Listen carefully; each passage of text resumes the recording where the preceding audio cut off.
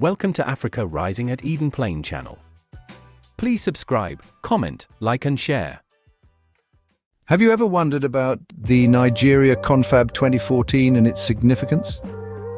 This pivotal gathering was convened by President Jonathan to open national discussions on key issues affecting Nigeria's unity, security, democracy and development. The rise of the militant Islamist group Boko Haram had resulted in untold death and displacement in the north. Furthermore, the Niger Delta, the hub of the nation's oil and gas production, was embroiled in a long-standing conflict, with militants attacking oil pipelines and kidnapping foreign workers. Additionally, the need for political restructuring had become a pressing issue. Nigeria, a federal republic with 36 states, was caught in a debate. Should the central government be stronger, or should the states have more autonomy?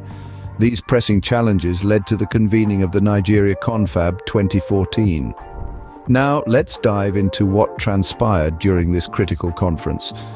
The conference, held from March to August 2014, gathered a diverse range of voices. The assembly consisted of 492 delegates, a microcosm of Nigeria's societal fabric, each bringing to the table their unique perspectives and insights. They represented a broad spectrum of constituencies, from professional bodies and civil societies to labor unions and political parties. Traditional rulers, women and youth groups were also present, ensuring a comprehensive representation of the Nigerian populace. The conference was helmed by retired Supreme Court Justice Legbo Kutigi, a figure of respect and authority, guiding the discussions towards productive outcomes. The dialogue was as diverse as the delegates themselves. One of the key issues on the table was political restructuring. The discourse revolved around potential solutions such as the creation of new states, devolution of power from the federal government to the states, and even the adoption of a different form of government. The conversation was an echo of the long-standing debate about Nigeria's structure, a question of centralized authority versus autonomy for the states. Another hot topic was revenue sharing. The delegates grappled with the contentious formula for dividing oil and gas revenue between the federal government and the states. The question of fairness was at the heart of this debate, with some states arguing they were not receiving their due share of the revenue. Security was also a prominent concern. The delegates strategized on tackling Boko Haram and other security threats. The strategies ranged from military action and dialogue with the militants to economic development initiatives. It was a testament to the complex nature of security issues and the multifaceted approach needed to address them.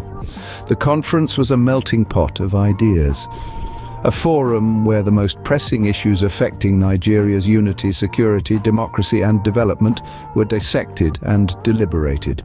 With such a wide array of topics discussed, what were the outcomes of this conference? That, dear listener, is a story for another scene. Over 600 recommendations emerged from this conference, each holding potential for significant change.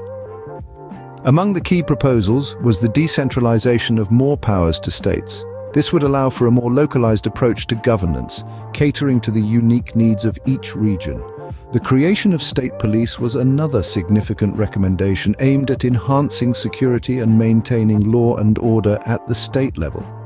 Also on the table was the restructuring of revenue allocation. This proposal aimed to ensure a fairer distribution of the nation's wealth, particularly from its oil and gas sectors.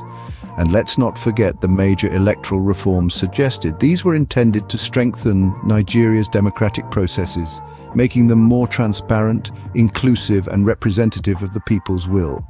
Though these recommendations have yet to be implemented, their importance cannot be overstated. They offer a blueprint for addressing some of Nigeria's most pressing issues. These recommendations, although not implemented, opened new discourses on critical national questions. Like any national event, the Nigeria Confab 2014 wasn't without its critics. It was seen as a costly endeavor. Critics pointed out that the conference, with an estimated cost of over $7 million, was a heavy burden on Nigeria's economy.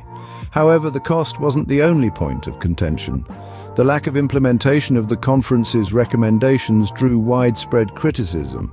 Despite the conference's detailed proposals on federalism, governance, oil, security, religion, anti-corruption and electoral reforms, the recommendations were never put into policy under President Jonathan's administration.